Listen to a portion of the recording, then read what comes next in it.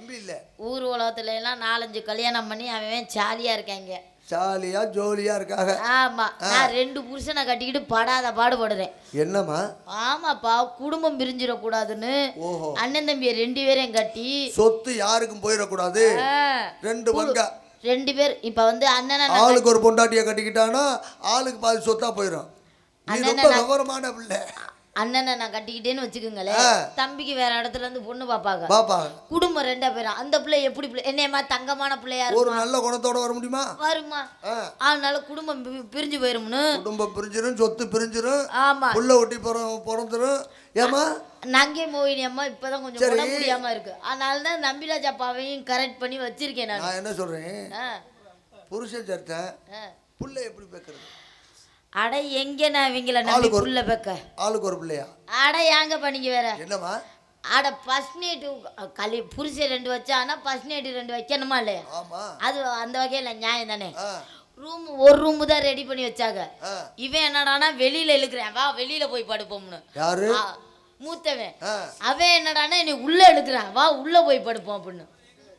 நீ எங்க படுத்த? அப்புறம் நான் திருநெல்வேலிக்கு வந்துட்டேன், அவங்க 2 பேரும் வீட்டுக்குள்ள கிடக்குறாங்க. உன்னைய விட்டுவிட்டு இவங்க இம்சை தாங்க முடியாம நான் வெளியில வந்து படுத்துட்டேன். நல்ல வேலை, அதுக்கு 2 பேரும் போய் படுத்தாங்க. இல்லைன்னா நான் பக்கத்து வீட்டுக்காரனோட போய் படுக்க சொல்லிடலானே. இல்லை நீங்க சொல்றத பார்த்தா எனக்கு அப்படி இருக்கு.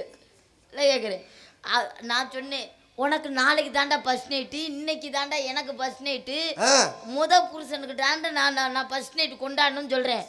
2 பேரும் ஒன்னா தானே தாலி கட்டணும், அப்போ ஒன்னா தான் ஃபர்ஸ்ட் நைட்டு நடத்தணும். நீ வா வெளியில. சரி, ஆளுக்கு ஒரு வேலையை பார்த்துட்டு போறாங்க, விட்டுற வேண்டியது. ஆளுக்கு ஒரு வேலையை பார்க்கறதுக்கு அவன் என்ன பாத்திரம் கழுவி வீடு வாசலா சுத்தம் பண்ணிட்டு இருக்காங்க.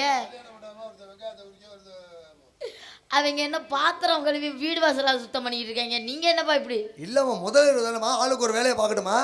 கொலை கேஸ்ல நான் உள்ள போக தயாரா இல்ல. ஒருத்த மேல வாத்தானா ஒருத்த கீழே வாக்குறேன், ஒருத்த கீழே வாத்தானா ஒருத்த மேல வாத்து போறேன். கொலை கேஸ்ல நான் உள்ள போக தயாரா இல்ல.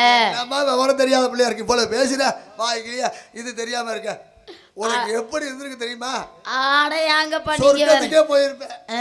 நான் சொர்க்கத்துக்கு போய் பாலா போனேன் இவங்கள நம்பி கல்யாணம் பண்ணி.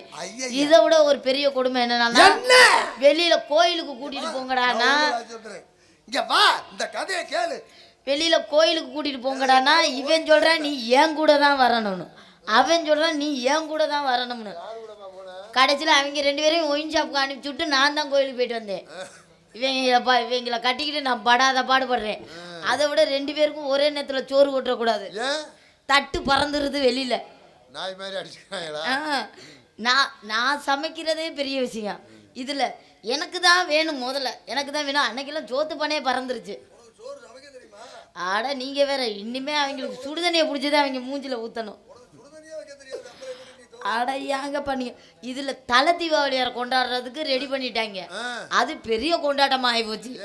தீபாவளிக்கு வெடியை வாங்கி என் காதுல வைக்க தெரிஞ்சாங்க கடைசியில தீபாவளியை கொண்டாடுறோம்னு. தலை தீபாவளிக்கு அன்னைக்கு எனக்கு கடைசி தீபாவளியாக தெரிஞ்சிச்சு இங்க படுத்தின பாடுக்கு. ஐயோ எப்படிதான் 2 பொண்டாட்டி கட்டிட்டு ஆம்பளை ஆளுக இருக்கிறான்னு தெரியல. அதில் பொம்பளை ஆளுக கூட அனுசரிச்சு போயிடுவாங்க. நான் ரொம்ப பொறுமையா இருக்கிறேன். அட ஏங்கப்பா இவங்கள இல்லை. ஒருத்தன் சொல்றேன் நம்ம இன்னைக்கு அண்ணனுக்கு தெரியாம படத்துக்கு போயிட்டு வருவோம்னு சொல்றேன். சரிடா உங்க அண்ணன் தூங்கினோடனே இன்னைக்கு நைட்டுக்கு படத்துக்கு போவோம்டா அப்படின்னு சொல்லி வச்சிருந்தேன். அண்ணனுக்கு தெரியாம கூட்டிட்டு போறதுக்கு அவன் பிளான் பண்றேன். நானும் ஒரு நப்பா சில சரி புருஷனோட தானே போயிட்டு வருவோம்னு நான் ரெடி ஆயிட்டேன்.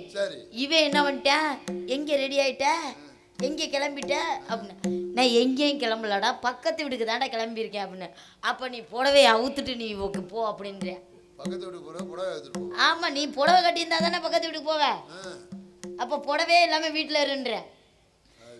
சரி, அப்போ அவன் வந்து சொல்லிட்டு போறேன் நம்ம வெளியில போவோம், இங்க இருக்க வேணாம் அப்படின்னு அவன் சொல்றேன்.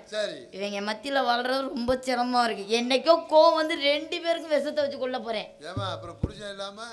புருஷன் இல்லாம கூட இருந்தாலும் இவங்க இம்சை இல்லாம என்னால இருக்க முடியல.